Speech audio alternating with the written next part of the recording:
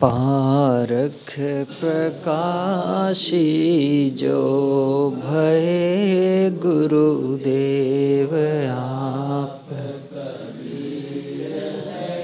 बंदों चरण तिनके भले जेहि प्रेम सद्गुण तीर हैं प्रेमी।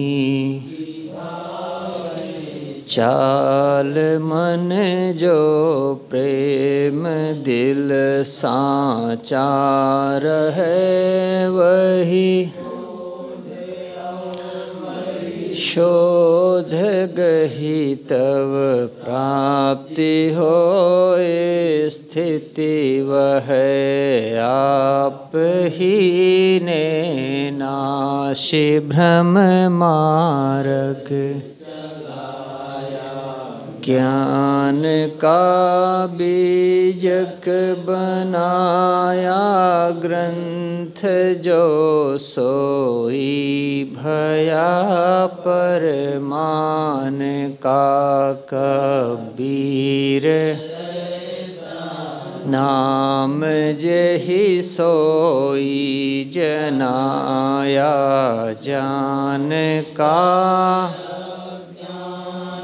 को जो हान करी वही बंदी मम मन मान का। ज्ञान को जो हान करी मम मन मान का।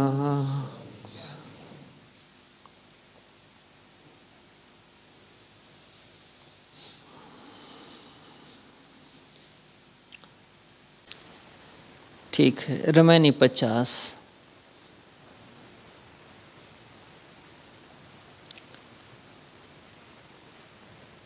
कहित मोहि भयल युगचारी, समुझत नाहि मोर सुत नारी। बंसहि आगी लगी बंसहि जरिया,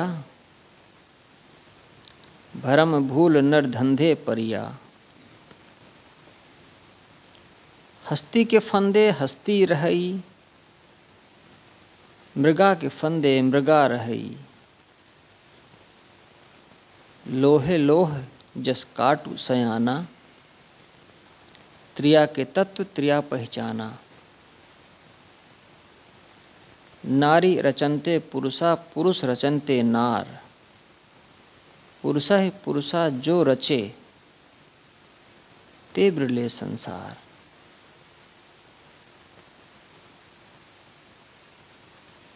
सत्य के उपदेष्टा हर समय होते रहे हैं।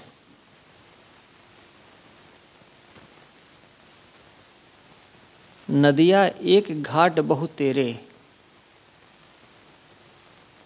शाश्वत है नदी। उस नदी में प्रवेश करने के घाट बहुत हैं। वैसे ही सत्य के उपदेष्टा हर समय रहे हैं। ऐसा कोई समय नहीं था जब सच न कहा गया हो।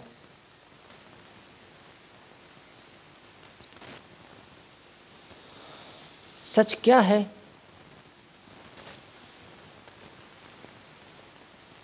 मान्यताएं तो सबकी अलग अलग होती हैं,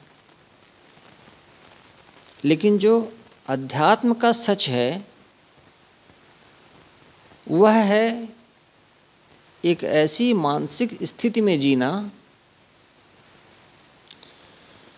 जिसमें चंचलता शून्य हो जाए, स्थिरता आ जाए और जीवन के जो उतार चढ़ाव में जो द्वंद्व आते हैं वो शून्य हो जाएं। बस चित्त की जो चिपकाहट है वो चिपकाहट मिट जाए। अध्यात्म का सत्य इतना ही है इसको चाहे कुरान में लिख दो, चाहे बाइबल में लिख दो, चाहे हदीस में लिख दो, चाहे रामायण महाभारत में लिख दो।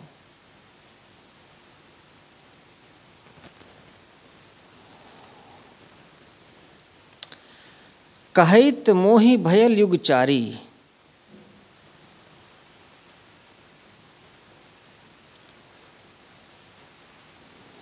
मुझे कहते हुए भयल हो गए युग चारी, 4 युग हो गए।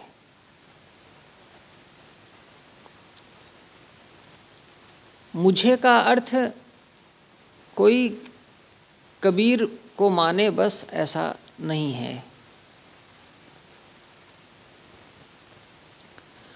मुझ जैसे कहने वाले चारों युगों में हुए हैं। साहब ऐसा दावा नहीं कर रहे हैं कि मैं ही पहली बार कह रहा हूँ, इसके पहले किसी ने नहीं कहा, ऐसा उनका दावा नहीं है।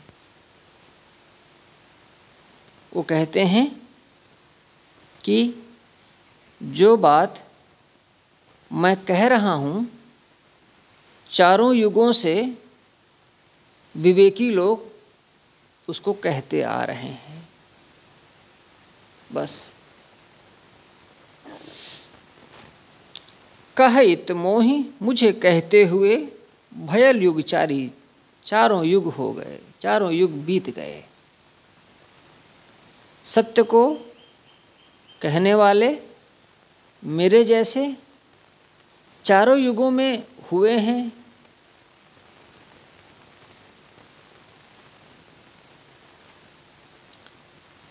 वेदव्यास जी महाराज ने कैसे कहा है, मैं अपने दोनों हाथ उठा करके लोगों को संबोधित करता हूँ और कहता हूँ मेरी बात सुनो।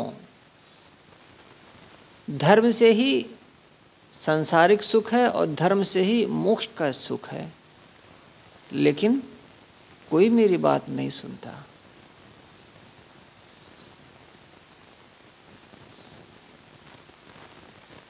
इसी बात का ये हिंदी में रूपांतरण है कि मुझे कहते हुए चारों युग बीत गए। अब युग का अर्थ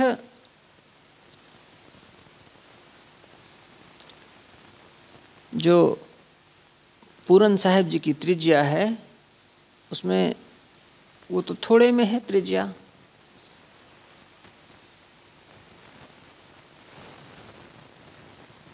जो हमारे यहाँ से प्रकाशित है बीजक टीका, अजिल्द वाली छोटी सी, अगर मूल बीजक और मूल बीजक की जो टीका त्रिज्या है जो श्री पूरन साहिब ने की है, अगर उसको एक साथ छाप दें,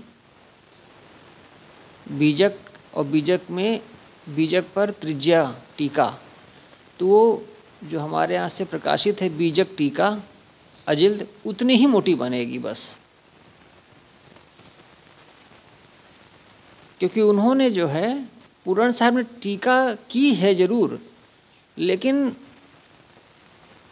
उन्होंने उसको बहुत जहाँ आवश्यक समझा है वहाँ कहा है, जहाँ छोटा उन्हें लगा, साफ लगा, उसको उन्होंने छोड़ के आगे वो बढ़ गए हैं।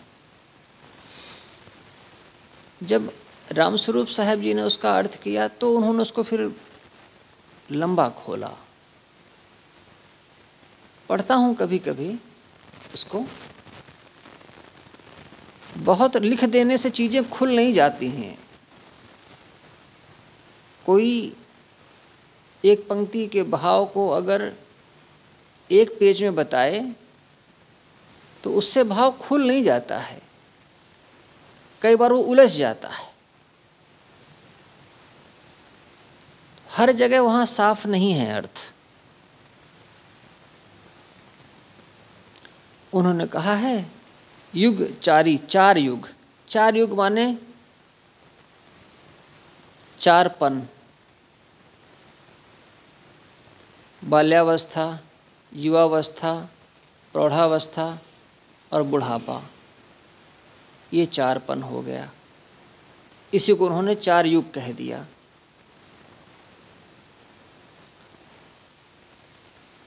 चारपन का उन्होंने अर्थ 4 पहर भी किया है। 4 पहर, पूरा दिन। लेकिन ये बचकाने अर्थ हैं। कहत मोहि भयल युग 4,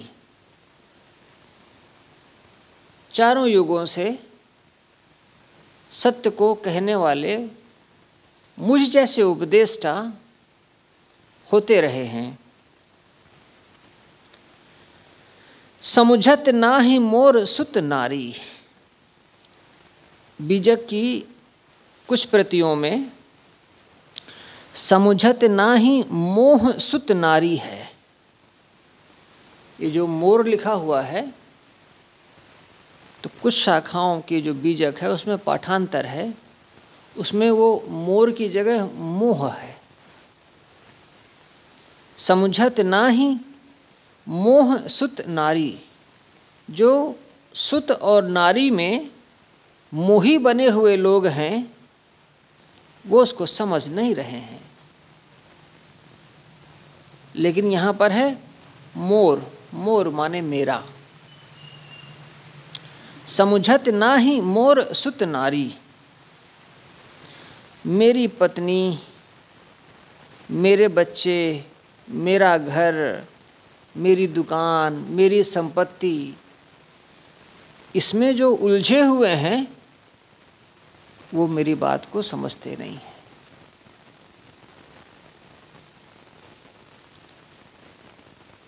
ठीक है ना? पहली पंक्ति साफ हुई। कहत मोहि भयल युग 4, समुझत नाहि मोर सुत नारी। ये अभिधा अर्थ नहीं है, ये लक्षणा और व्यंजना में ये अर्थ आता है।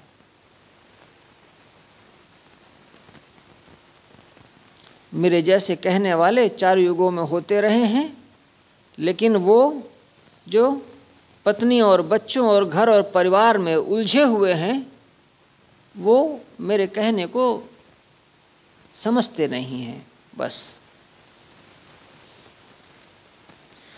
बंसही आग लगी बंसही जरिया। बंस, ये बांस है, बांस। बसवारी उसे कहते हैं जो बांसों का जंगल है। जैसे आमों का जो जंगल होता है, जो बगीचा होता है, उसे अमरई कहते हैं। वैसे ही बांस का जो जंगल होता है उसे बसवारी कहते हैं। बसवारी में बांस एक दूसरे से सटे हुए उगते हैं। बांस की कोठियां होती हैं।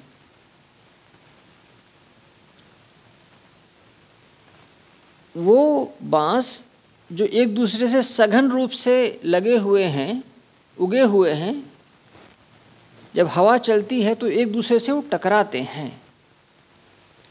उस टकराहट में आपस में घर्षण से बांसों में आग लग जाती है और वहाँ जो सूखे पत्ते गिरे होते हैं वो जलने लगते हैं। बस पूरा का पूरा बांस का जंगल ऐसे ही ध्वस्त हो जाता है। सब जगह है, कोई ऐसा नहीं है कि 1 या 2 जगह की बात है। जहाँ जंगल है वहाँ पेड़ आपस में टकराते हैं और आग सुलग जाती है। साहब कहते हैं बंसही आग लगी, बांसों में आग लग गई तो बंसही जरिया, बांस जल जाते हैं। तो क्या ये बांसों के लिए उदाहरण दे रहे हैं सद्गुरु?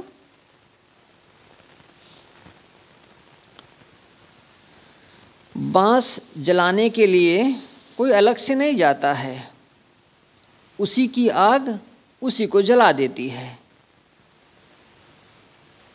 इस वाक्य को कहने का जो आशय है वह यह है, आदमी अपने मन के अंदर उत्पन्न हुए माया मोह की आग में ऐसे ही जल मरता है जैसे बांसों की रगड़ से बांस स्वयं जलकर भस्म हो जाते हैं।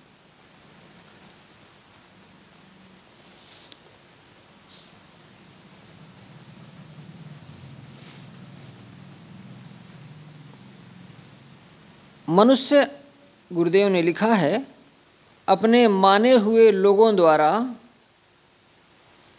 उठाए हुए राग द्वेष के रगड़े में जलकर राख हो जाता है। अपने मन के माया मोह और अपने माने हुए प्राणी पदार्थों के राग द्वेष की आग में ही रात दिन जलता है। हमारे चारों ओर फैले हुए हमारे माने गए प्राणी पदार्थ हमारे ही दुरुपयोग से हमारे लिए बंधन बन जाते हैं। अविवेकवश उनमें राग करते हैं, मन की अनुकूलता न होने पर उनसे द्वेष करते हैं। बस यही राग द्वेष हमारे जी का जंजाल बन जाते हैं, गले की फांसी हो जाते हैं। तो ये जो बांस का उदाहरण है, ये बांस के लिए नहीं है, ये हम जैसे बांस के लिए है।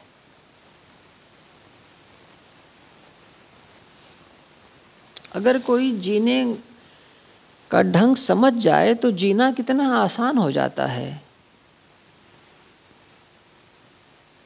और अगर जीना न जाने तो वो अभिमन्यु का चक्रव्यूह में प्रवेश करने जैसा हो जाता है।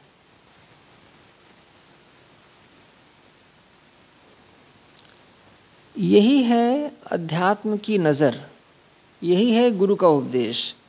बस वो नज़र मिल जाए, वो समझ मिल जाए, बस हो गया।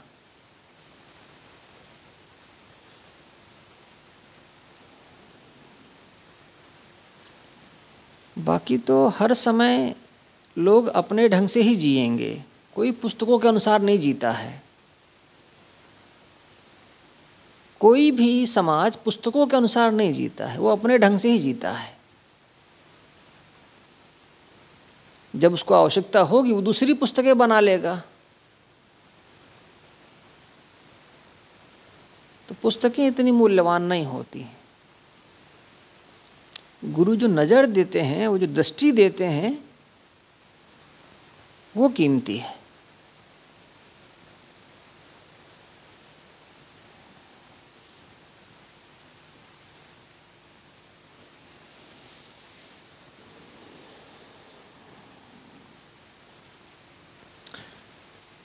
दूसरी पंक्ति की अंतिम अर्धाली, भरम भूल नर धंधे परिया। भ्रम और भूल में नर माने मनुष्य धंधे परिया, धंधे में पड़ा हुआ है। भरम और भ्रम भूल में नर कर्म बंधनों में फंसा हुआ है। दो शब्द हैं, भ्रम और भूल। भ्रम का मतलब होता है साफ साफ न समझ में आना, साफ साफ न दिखना। जैसे जब सूर्यास्त हो रहा हो और अंधकार और प्रकाश दोनों मिले हुए हों, उजाला है नहीं और अभी पूरा अंधेरा हुआ नहीं, ऐसे में अगर कोई दूर पड़ी हुई चीज़ को ज़मीन पर देखे, आदमी रस्सी को देखे, तो उसे जाना ही पड़ेगा कि जैसे कोई सांप है क्या। ये है भ्रम।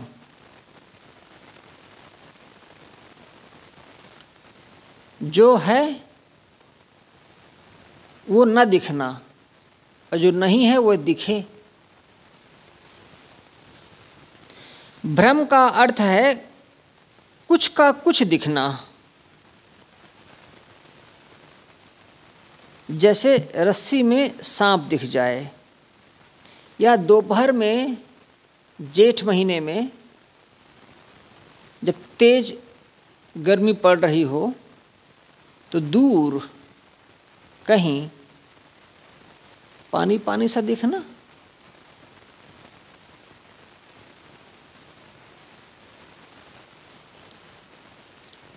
धूप की लहरियों में पानी का दिखना, यह भी भ्रम है। इसी प्रकार विषयों में सुख भास महाभ्रम है। गुरुदेव लिखते हैं, अनुकूल माने गए विषय भोगों में मनुष्य को सुख का भ्रम मिला है। भ्रम होता है कि इसमें आनंद है। शरीर मेरा है, प्राणी पदार्थ मेरे हैं, यह भ्रम है, क्योंकि यह सब कुछ भी तो साथ नहीं रह जाता है। अपनी आत्मा से अलग कोई परमात्मा है, उसमें परमानंद मिलेगा, यह भी भ्रम है।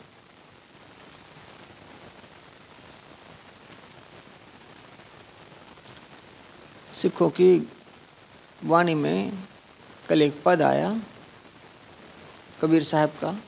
कबीर साहब कहते हैं, इस शरीर में तुम सुगंधित द्रव्य लगाते हो और आनंद मानते हो, इस चक्कर में जो परमानंद है, परम आनंद है, उसे तुम भूल जाते हो।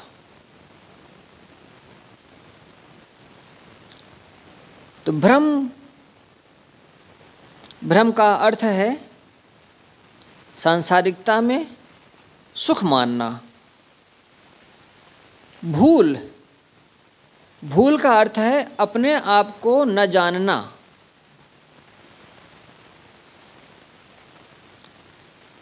अपने आपा को न जानना।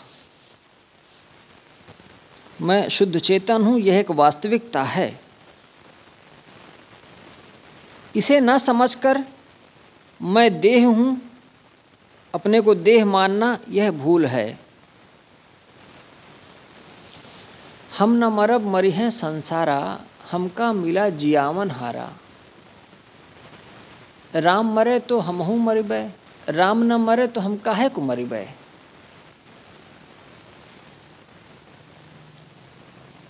साहब का एक पद है, हम न मरब, हम नहीं मरेंगे, मरिहें संसारा, जो संसार के लोग हैं वो मरेंगे। क्यों? हमको मिला जियावन हारा, जिलाने वाले हमें मिल गए हैं। क्या है इसका भाव? हम ना मरेंगे, क्योंकि हम शरीर नहीं हैं। हमने अपने को शरीर से अलग कर रखा है। हम आत्मा हैं और आत्मा तो नहीं मरता। तो जिसकी बुद्धि आत्मगत हो गई है वो कैसे मरने का भाव आएगा। मरिहें संसारा, जिसमें सांसारिक बुद्धि है, जिसकी बुद्धि देह तक है, वो देह समझता है कि मैं देह हूँ, उसी को रंगने चुगने में लगा रहता है। तो जब शरीर छूटता है तो उसको दर्द होता है, उसको दुख होता है कि मैं भी मर रहा हूँ। हमका मिला जियावन हारा। जो सद्गुरु हैं, जो संत हैं, उनका सत्संग मुझे मिल गया है और मुझे अपनी समझ हो गई है। बस यही है उनका न मरने का आशय।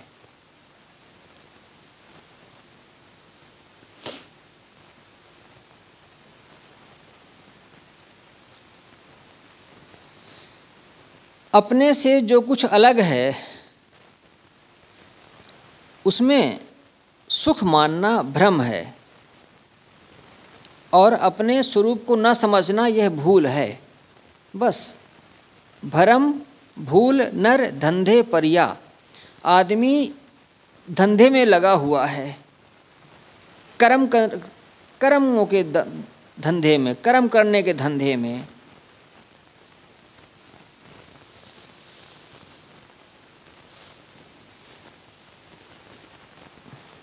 आदमी मानता है कि मेरा घर है, मेरा परिवार है, मेरे बच्चे हैं, बस इसीलिए इस चक्की में पिसता रहता है। उसको समझ में आ जाए, अगर एक कोई ऐसी मशीन आए जो आदमी का भविष्य दिखा दे, अगर वैज्ञानिक कोई ऐसी मशीन की खोज कर पाएँ जिसमें एक आदमी को खड़ा कर दें और उसमें से पता चल जाए कि 25 साल बाद, 50 साल बाद ये इस जगह होगा और इस स्थिति में होगा, तब उसका जितना मोह है वो सारा झड़ करके गिर जाएगा। वो जान जाएगा कि जहाँ जहाँ चिपका हुआ हूँ 20-25 साल बाद उसमें से कोई काम नहीं आएगा। लेकिन फ्यूचर फोरकास्टिंग के भी तक ऐसी कोई मशीन नहीं आ पाई है।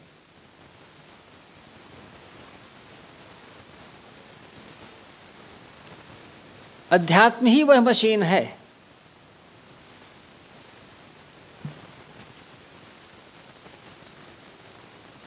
अमेरिका का एक राष्ट्रपति हुआ है रोनाल्ड रीगन, बहुत शानदार नेता था।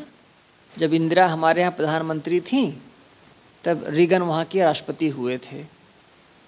उसके पहले वो फिल्मों में भी काम करते थे। तो सुंदर थे, युवा थे और बड़े तेज राष्ट्रपति माने गए रोनाल्ड रीगन। बूढ़े हो गए, राष्ट्रपति पद से तो थोड़े समय में हट जाते हैं, वहाँ हट गए, साधारण आदमी की तरह जीने लगे। याददाश्त चली गई उनकी, उनको याद नहीं रहता था कि मैं राष्ट्रपति हुआ हूँ। तो जो भी वहाँ के पूर्व राष्ट्रपति होते हैं, सरकार की तरफ से उनकी सुरक्षा की व्यवस्था की जाती है, क्योंकि उनके पास पूरे रहस्य रहते हैं। जब वो राष्ट्रपति होते हैं तो कोई ऐसा ना करे कि उनको उठा ले जाए और उनसे रहस्य उगलवा ले। तो उनके साथ कुछ लोग रहा करते हैं हमेशा।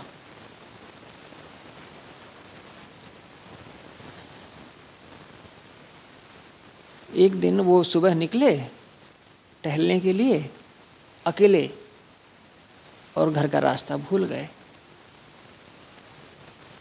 घर पा ही नहीं रहे थे। दोपहर हो गई तो उनकी पत्नी और उनके कुछ सिक्योरिटी के लोग बाहर निकले ढूंढने के लिए। तो वहाँ से बहुत दूर किसी बाग में वो बैठे थे। वहीं पर कुछ लोग उनको घेरे थे। उन लोगों ने कहा, ये कौन है? उनकी महिला ने, पत्नी ने कहा, ये मेरे पति हैं, इनको संभाल करके रखिए। इनको पता नहीं कि दाएं जाना है कि बाएं जाना है, अभी दुर्घटना हो जाती। उनकी पत्नी ने कहा, ये भूतपूर्व राष्ट्रपति हैं, थोड़ा ढंग से बात करो। तो आदमी चमत्कृत रह गए। अच्छा, तो इनको तो जरा भी पता नहीं, इनको जरा भी समझ नहीं है। उनकी पत्नी ने कहा, हाँ, ये भूल जाते हैं। तो उनकी पत्नी ने उनके हाथ पर हाथ रखा तो एकदम ठंडी नज़र से उन्होंने देखा ऐसे। उन्होंने कहा, उनकी पत्नी ने कहा, ऐसे क्या देखते हो, तुम्हारी पत्नी हूँ मैं। तब थोड़ा उनके चेहरे पर मुस्कान आई। एकदम साधारण आदमी की तरह सब कुछ भूल करके सारा बोझा प्रकृति उतार करके फेंक देती है। ये सब जगह है। भरम भूल नर धंधे परिया, बस धंधे में पड़ा हुआ है बचाए रखने के।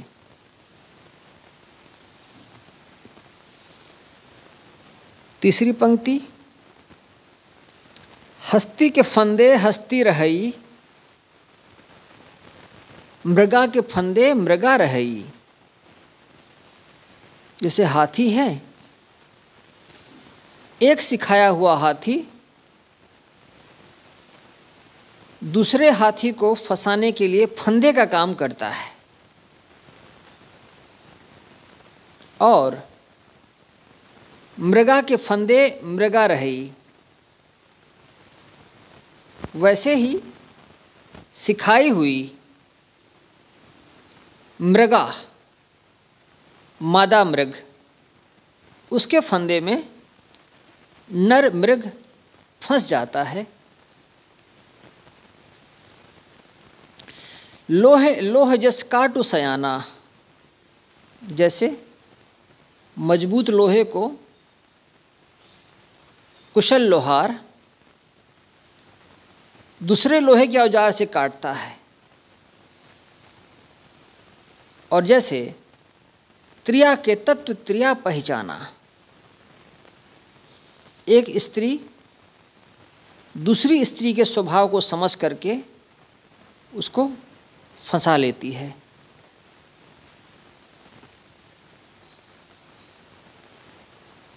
वैसे ही मनुष्य अपने माने हुए लोगों द्वारा भवबंधनों में फंसाया जाता है।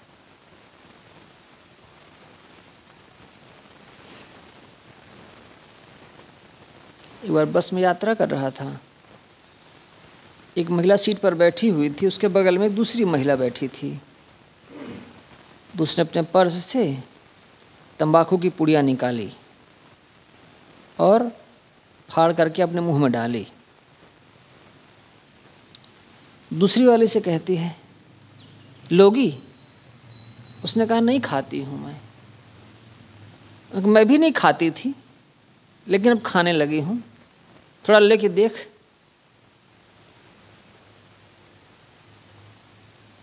बस ऐसे ही एक दूसरे को सिखाते सिखाते हम फंसते चले जाते हैं।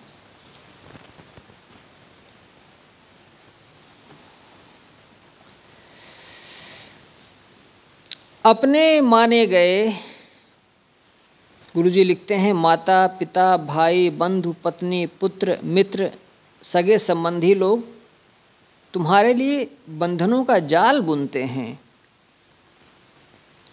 और जो जाल से बाहर होना चाहता है उसे समझा बुझाकर फंसाते हैं।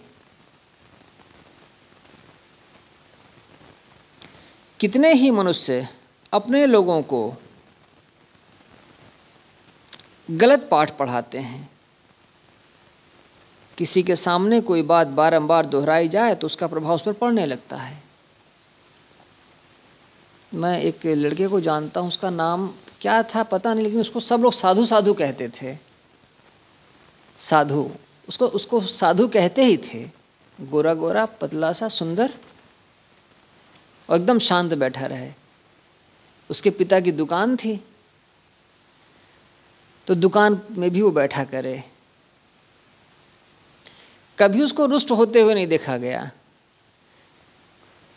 कोई आए सामान मांगे, तौलवा ले, न ले जाए, चला जाए, वो चुपचाप उठा करके रख दे। उधारी लेना हो उधारी ले जाए, पैसा देना हो पैसा ले जाए, वो वैसे ही रहे। और जब दुकान खाली हो जाए तो बाहर खेलने लगे या बैठ जाए वहीं पर। कभी चूँकि गुस्सा नहीं होता था, शांत, इतनी कम उम्र में, तो लोग उसको साधु साधु ही कहते थे। उसका पूरा नाम तो भूल ही गए। मैंने एक बार अभी कुछ वर्षों पहले उसे गांव से कोई युवक आया था, तो मैंने पूछा, साधु कहाँ है? बोला, यार उसकी शादी कर दी है, उसके 4 बच्चे हैं। मैंने कहा, वो तो ऐसा नहीं था। बोले, हाँ वो अभी वो ऐसा ही है, लेकिन घर वाले जबरदस्ती कर दिए, अब वो परेशान रहता है। सुन करके इतना कष्ट हुआ। सब पूरा गांव जानता है कि वो साधु ही है, फिर उसको क्यों फंसा दिया, और अब परेशान है।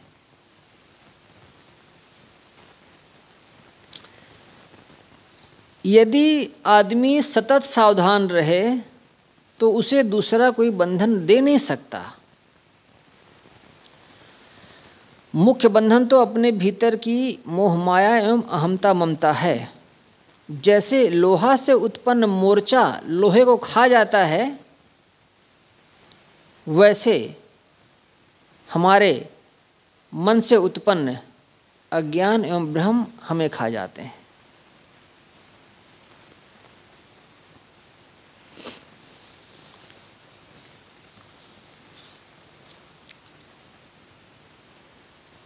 नारी रचन्ते पुरुषा, पुरुष रचन्ते नार।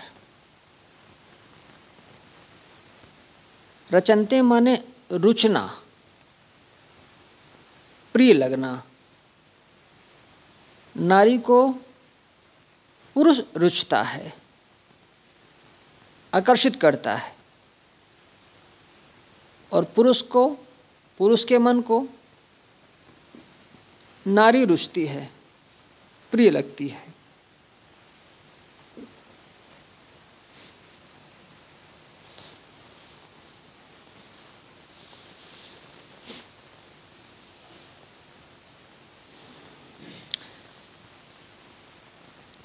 स्त्री पुरुष में प्रेम करती है और पुरुष स्त्री में। स्त्री और पुरुष एक दूसरे के शरीर में मोह करते हैं। यदि स्त्री के शरीर में आनंद होता तो स्त्री अपने शरीर के आनंद को लेकर सुखी रहती, लेकिन वह पुरुष के शरीर में आकर्षित है। और यदि पुरुष के शरीर में आनंद होता तो वह अपने शरीर का आनंद लेकर तृप्त रहता, लेकिन वह स्त्री के शरीर में आकर्षित है। इसलिए आनंद न स्त्री के शरीर में है न पुरुष के। स्त्री और पुरुष दोनों ही एक मृग तृष्णा में दौड़ रहे हैं और इस रेगिस्तान में वे दोनों ही जीवन भर प्यासे मर रहे हैं।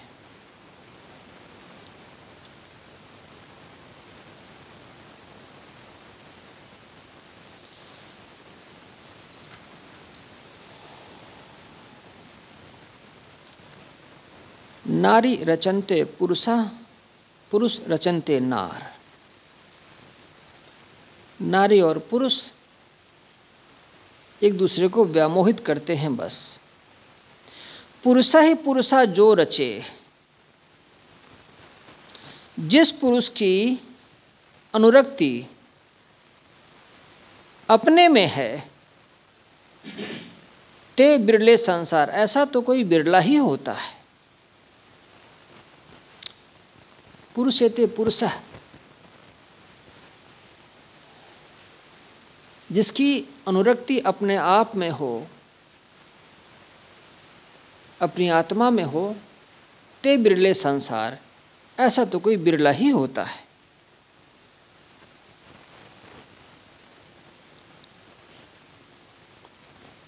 जो केवल अपने शुद्ध चेतन स्वरूप में ही लीन है, ऐसा संसार में कोई बिरला है।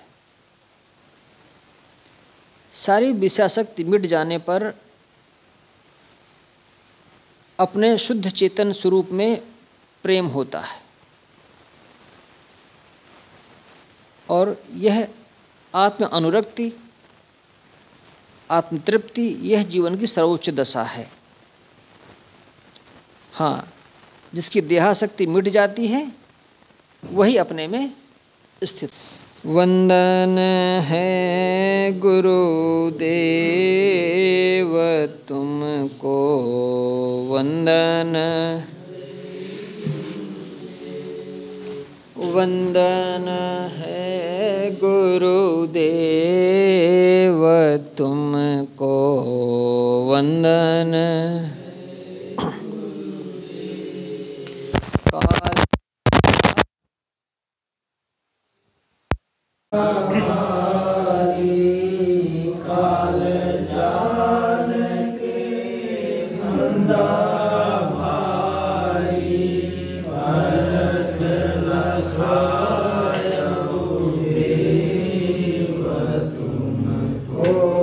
परख लखाया